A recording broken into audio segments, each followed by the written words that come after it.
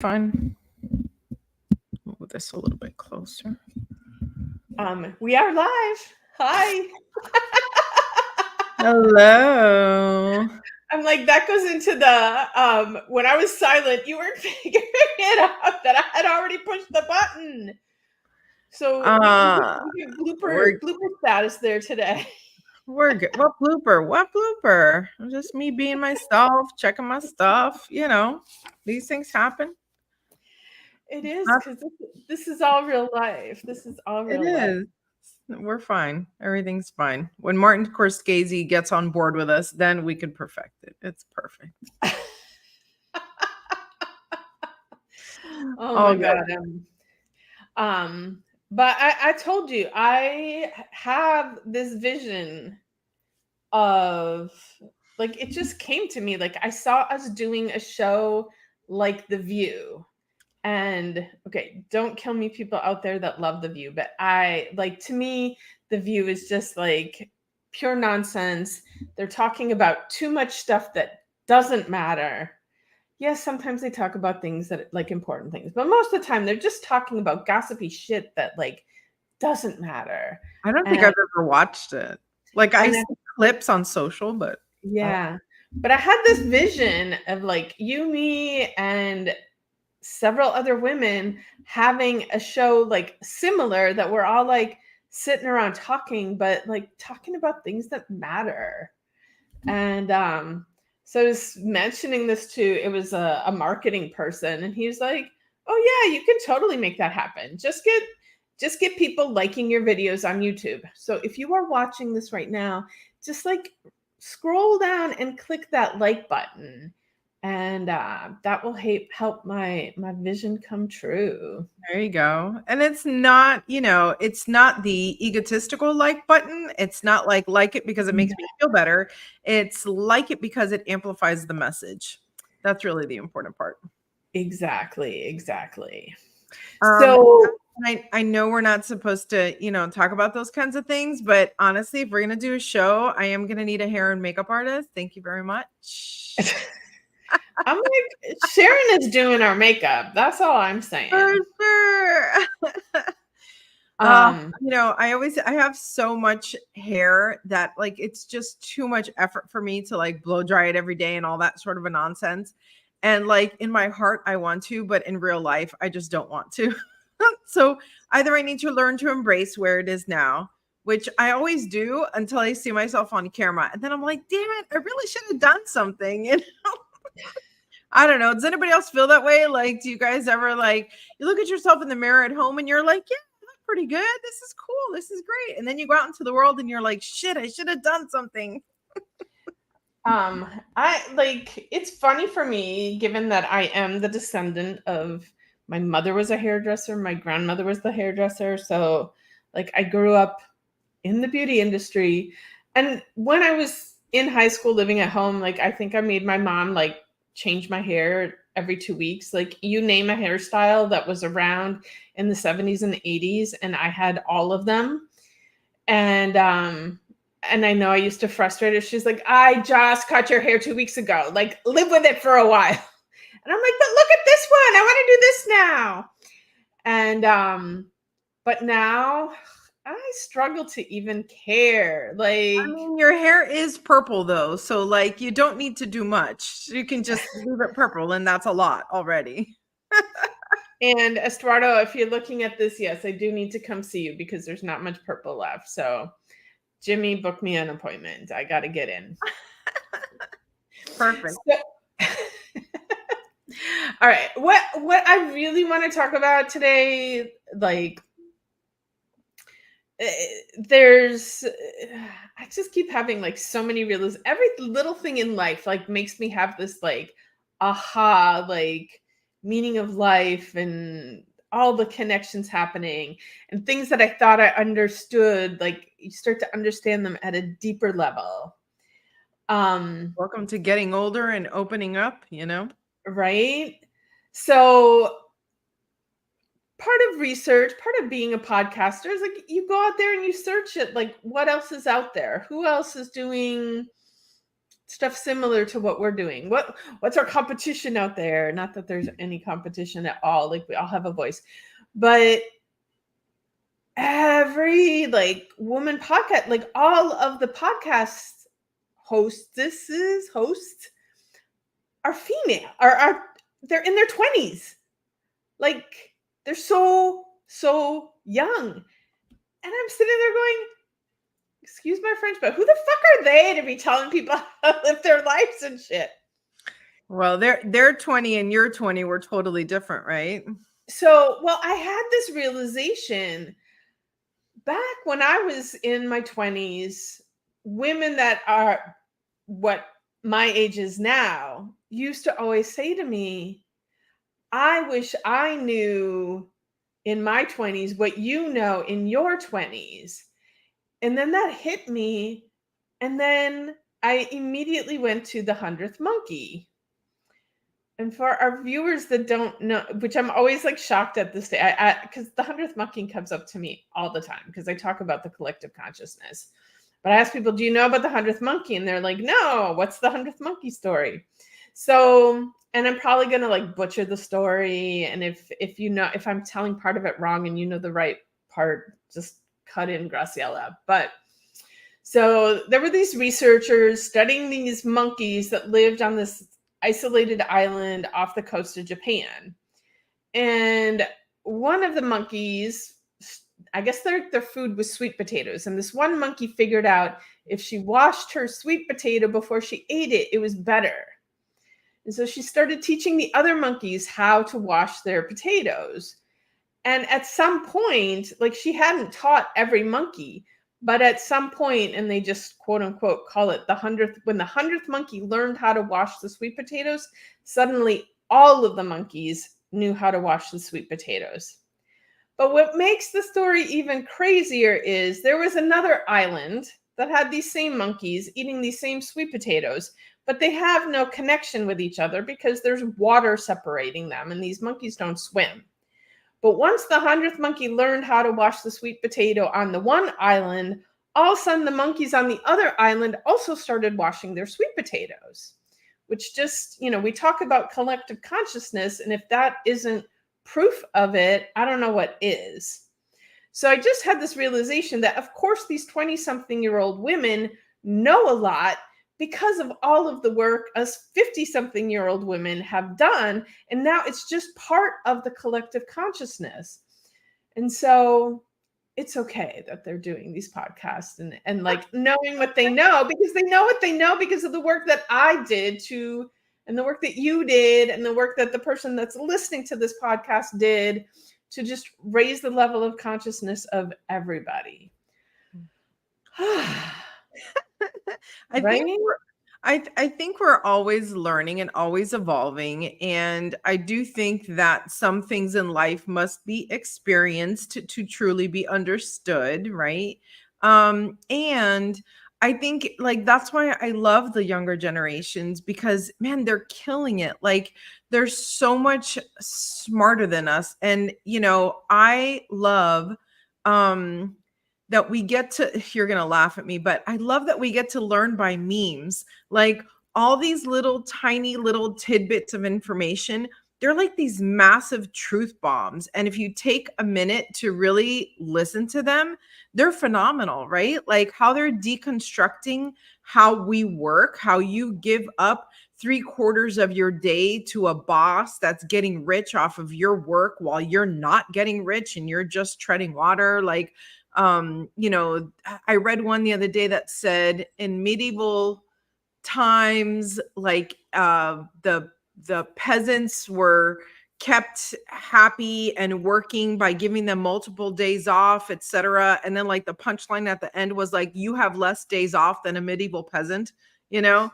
And like it's true. And thank you, youth, for doing this research, right? And for putting this stuff out there like this in such a consumable way, because the truth is you don't have to read these big giant books to really get the understanding of things, like you really can just start little by little, so I encourage those podcasts. I would love to listen to a few myself just to see, and like everything else, you got to you got to vet who you're listening to, right? Are they living the life that you want to lead, or are they a hot mess and now you're just following the hot mess people, right? Like there's a lot of famous hot mess people that I have no interest in following anything that they do. So I just don't want that in my, in my very limited consciousness. So here's just one other like funny little tidbit. I'm listening to these podcasts and I'm telling you, I can't tell who's who because all of them sound like their voices sound the same. And this week, I don't think I've shared this with you yet. Somebody said to me, when I'm listening to your podcast, you and Graciela sound so much alike. Sometimes I can't tell who is saying what. Really? I never would have expected that at all. First of all, I've been told I have a Miami accent, so maybe we're rubbing off on each other. But I had this experience. So, like the podcast drops on all of the podcast platforms every Tuesday morning. And I listen to podcasts in my car. And so every Tuesday morning, I'm listening to our new podcast. And last week, I did have this moment where I was like, who's speaking right now? Is that me or is that her? I couldn't even know for myself. Wow. Which one of us was speaking. Wow, that's really interesting. Well, I'll take that as a compliment. If someone thinks that I'm you, that's a big compliment. I accept. Usually, for the record, if you all are listening, the one dropping the F-bombs is me, Graciela. I take responsibility. That's a few here and there.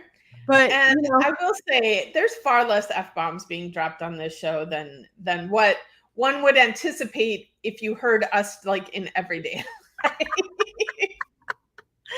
It's all good. I actually had a client come in the other day who's so great. I want to try and get her on the podcast. But within the first 4 minutes, she was like, fuck this and fuck that. And da-da-da-da-da. And I was like, girl, I'm like, welcome. It was hysterical. But, I think that's also a generational thing too, like everything else. Only have the meaning that you give them. So exactly. Like, who cares? But we had our circle recently, our new moon circle, and I don't know, we haven't had a chance to really talk about it, but my daughter got to attend this one, and she's 14.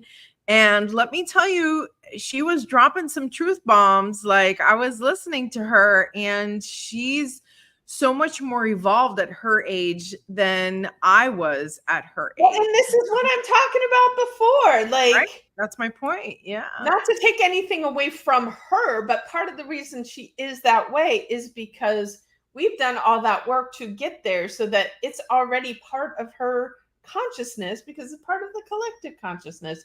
And thanks to having an amazing mother that doesn't block her from tapping into that stuff, she is so connected. And I love how, like, she was not, I think at 14, I would have been a little bit shy to speak up so much in front of a group of women. And she just was like there sharing her heart and soul. That was beautiful. That was beautiful. I was so proud of her. I was like, look at her go. I mean, and even the vocabulary that, she's choosing, and how she's so aware of herself, right? Like, self-awareness, I think, is such a big thing, because that's the thing that we all end up in therapy for, right? That's the thing that we all end up taking our, gratitude training and landmark and all of these things, because we're not self-aware. We're just, getting through it, and for her to be 14 going on 15 and having this awareness of, I am this type of person. I think one of the things she said was like, what did she say? It was like, I'm leaning into what did she say? The kindness and generosity time of my life. I don't know. It was something like that. Like something about being very giving, like she's leaving the selfishness of childhood behind, and, like all this poetic stuff. And I'm like, oh my God, listen to my baby. Like,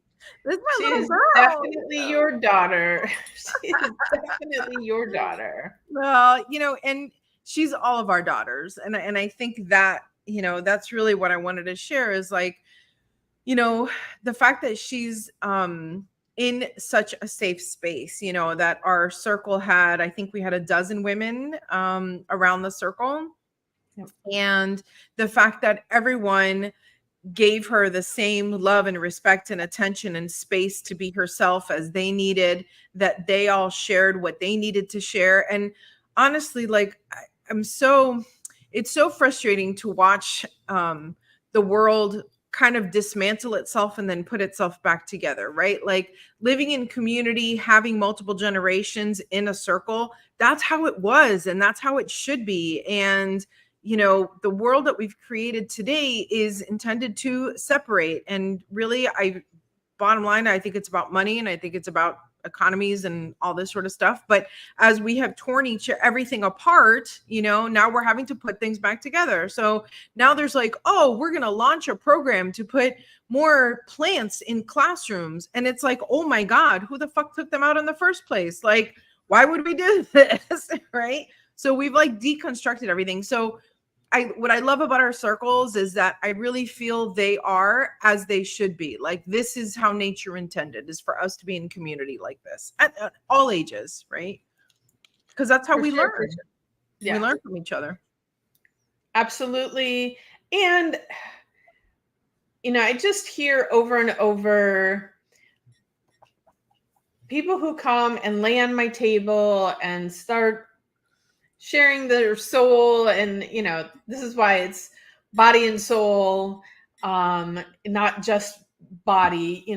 People's physical pain is what typically brings them to me, but you can't heal the physical body without looking at your soul, your spirit.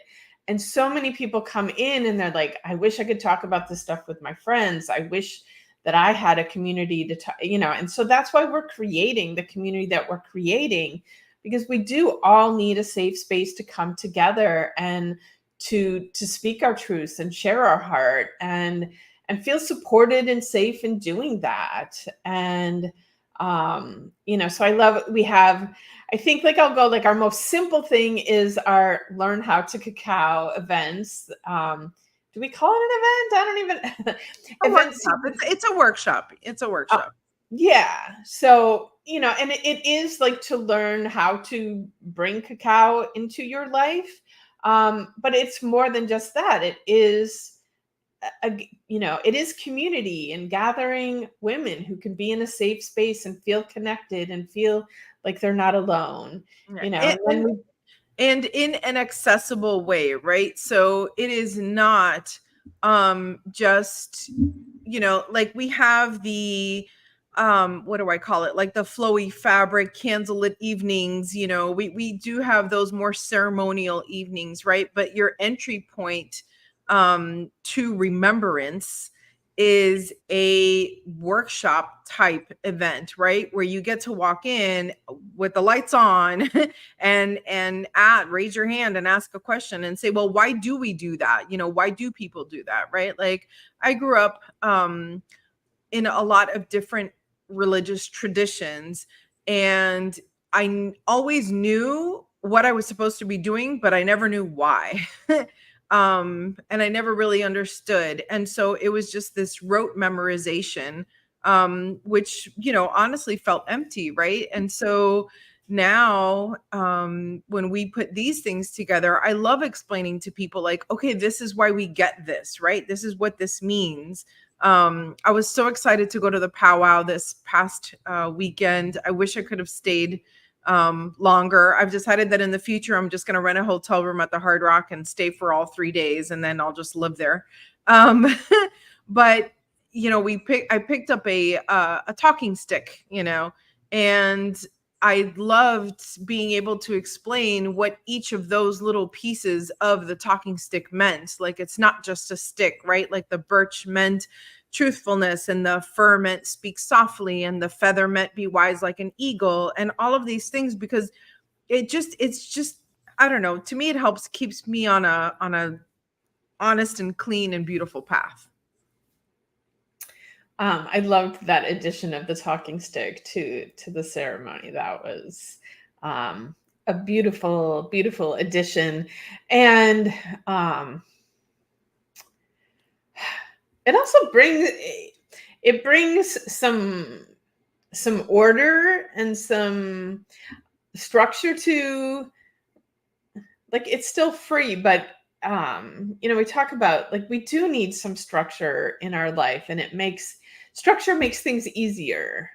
I think it's the little baby reminders to leave space for other people. You know me, I'm a big talker, and sometimes I hear people saying things that I'm like, "Oh man, I have the answer to that. Like I've been through that. I know what's frustrating about that and I want to tell you my answer." But part of learning is realizing the answer for yourself. And so, what I loved about the talking stick is that it was a visual reminder to let that person process, right? Let that person have their moment and figure it out. I went to a sound ceremony course recently. It was 3 days, and we learned all different types of stuff about sound. I cannot wait to dig into that myself. Like, I'm dying to spend like 10 grand on gongs and bells right now. But anyway, um, and there was a point where one girl just had like an emotional reaction and she was crying. And then somebody, was starting to stand up to go hug her. And our facilitator gratefully was like, let her process. Like, this is part of your experience, is to sit in your experience, and we know how we want to be comforted, but that doesn't mean that that's how someone else wants to be comforted. A lot of times, I'm an easy crier. A lot of times when I'm crying, I don't want to be hugged. I don't need a hug. It's just a physical thing that's happening, right? Just my eyeballs are leaking. That's all. It's, sometimes a hug is suffocating, Mm. or like my aunts once told me, when you have a sunburn, even a hug hurts. So you don't know if someone's sunburned or not, right? So anyway, that's why all those little things like the talking stick and the feather, prayer feathers and things like that, it has meaning to serve as reminders, right? And I think we can demystify all of that. That's what I love about what we're doing and how we're doing it. And that's something that has become clear to me, basically my entire adult life, is people who know things oftentimes love to speak about them in such a way that makes them feel smarter than everybody else in the room. And all of these things, everybody can understand them. It just needs to be spoken in the language that it can be understood. And so I have many times in my career been explaining, oh, when someone says blah, blah, blah, blah, blah, blah, blah, blah, blah, that sounds like the teacher and the peanut. Like, I can translate that into simplified language that makes you understand it, and then you can embrace it and use it. Whereas when someone's, using their hoity-toity language, it's so upsetting to me when I see, I call it spiritual snobbery. People want to act like they've gone so far on their enlightenment path that there's no way you could possibly understand the things that they understand. And the truth of the matter is that we all know these things. It's all within inside each and every one of us. We just have to remember. And sometimes we need like these simple explanations, because it is all simple. People want to make it complicated because they want to make themselves feel more important.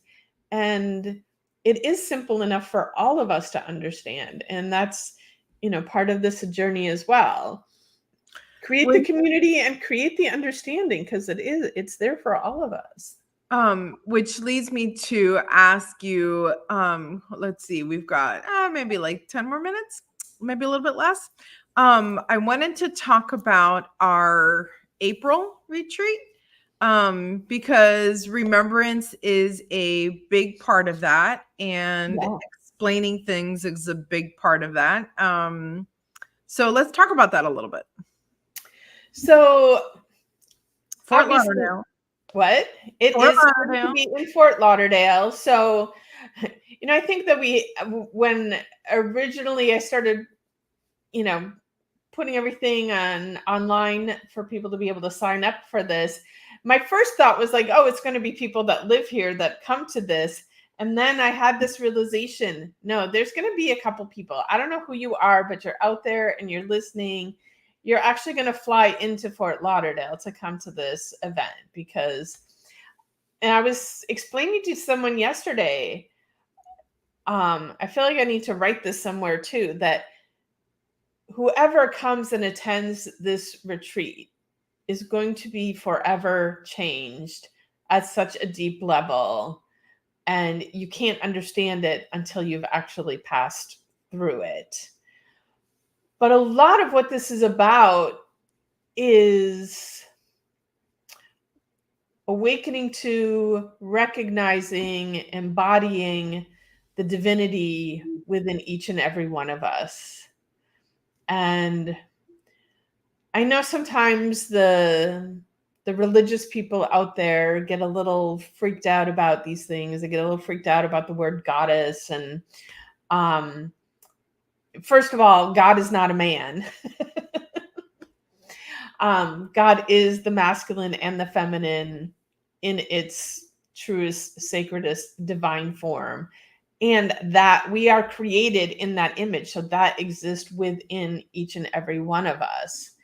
And I don't think generally it's an instantaneous thing that you at this moment understand and get all of it. I believe that it's a process, and a process that you know, I even feel like some days like I completely got it, and then I'll wake up the next day and I'll be like, I forgot all of it. I don't get any of it again. It's just something that you just continually work on and go forward. And but yeah, this is going to be a 3-day event that for those people that are ready to just step forward, get to the next best level of themselves. You know, if you feel like you know there's more, but something's missing, this is going to help you access that thing that feels like it's missing. And I do think there's a craving, right? And I think sometimes that can show up as restlessness, or like you don't know why you're uncomfortable or why you're irritated or why you can't sleep properly or why you're, you know, all of these things, right? When there's discord or disharmony, even within your own body, like sometimes I think it's your own self trying to right the ship, you know, trying to straighten back up again. And we're just so busy that we're not taking the time to stop and listen. So for me, you know, every event that we do is an opportunity for people to figure it out for themselves. You know, I hope that we can be some guideposts. I hope that we can just share stories and little I don't know, rituals, little ceremonies, little things that, you know, feel sacred so that they stick out in your mind, right? Like driving down the road doesn't feel sacred, and so you don't pay it any mind, right? But a birthday celebration feels sacred, so you do remember it, right? So this is why we do things using the words like ceremonies and rituals and things like that, because we want your brain to be like, whoa, wait a minute, let's pay extra special attention to this because this is the thing that's going to take me to the next level, right? So as folks are out there, like think of your own pain points. What are those pain points that you want to work on? What are those things that you're like, oh, if I could just get rid of this one thing? And we're here to tell you that you really can create the life that you're looking for. It's just a matter of making a decision.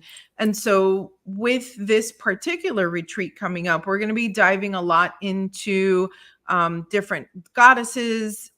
You can call them whatever you want that makes you feel better. But at the end of the day, it's women who have something to inspire you by. And the truth is that all of that is already inside of you. We just need to remind you, right? And awaken that within you, you know? Proof positive, again, my 14-year-old daughter has got this wisdom that she sounds like a 40-year-old woman talking, and it's because it's in her and it has been awakened, right? So we all have it. It's just a matter of remembering, and coming back. Really, that's how I feel. Every time we participate in any of these events, and I always say that, like, I'm finding myself again. I'm not discovering, I'm finding again. Make Yeah. sense? Absolutely, absolutely. Um, yeah, when you were talking about um, part of using the goddesses, and there's so many different ways that you can look at them, like whether did they actually exist at one time or not, or is it just an archetype that we can tap into. You can look at it however feels right to you, and I always tell people, like, if anything I say doesn't resonate with you, like, don't take it. Take what resonates with you. There is no ultimate, the one way. But each of these goddesses that we look at have powerful tools that we can tap into, that, like, they exist within ourselves. And so when we can see them in that goddess, that allows us to tap into that and use those superpowers for ourselves in our own daily lives. So, like I said, whatever your belief system is, you can find a way. These are just tools to use to support you in living your best life. And it's going to look differently for each person there. And you get to figure it out, how it resonates for you, how it works for you. And in Fort Lauderdale, amazing weather. What's the name of the property again? The what? The Floating Peacock. The Floating Peacock.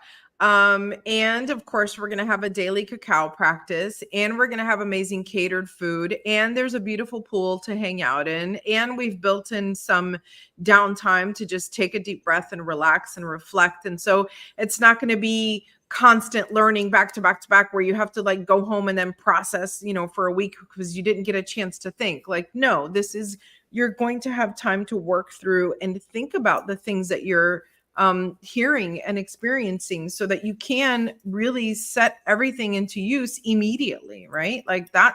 Those are the trainings that I like to go to, where I'm like, okay, as soon as I leave here, I'm already underway. I've already started to make a difference in my own life. So that part's And really I will important. also say with this, what we're going to be doing doesn't actually require much processing here. It's more about turning on the light switch. It's just turning on the switch, and then it's on, and then it's already there. Like, you don't have to process, you don't have to learn, you just have to receive. That's what I love about this, is it's just simplicity. There's no work involved. Like, you just get to Beautiful. show up and receive, and you are going to be awakened and changed and shifted for the better, regardless of how you show up. I love that. No work involved here. I mean, you and I are going to have to work a little bit because we're leading this thing, but the recipients just get to receive. It's all about.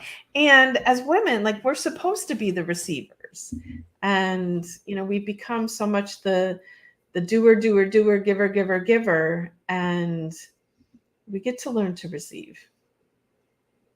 I think it's going to be a gorgeous, gorgeous weekend.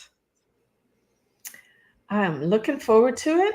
And with that, we are definitely we're pushing the timeline here. So I think we need to call this a wrap and get ready for the next show with our next guest. Well, I'm very excited for all that the future holds, and I hope that everyone listening takes a minute to hop on our sites and look at all the events we have coming up, because it's not, it's for you. The events are for you. Yeah. Totally. And they're not in there yet, but we'll have the links in the show notes for how to find them. And I encourage you, if you're interested in doing the retreat, go in there and get your deposit down so you can lock in the early bird pricing and save your seat, because there are very limited seats for this event. And so you don't want to miss out. So, And if you have questions, just reach out. Totally easy. We're very accessible. So, absolutely. All right. That's a wrap. Have a magical day, everyone. Bye.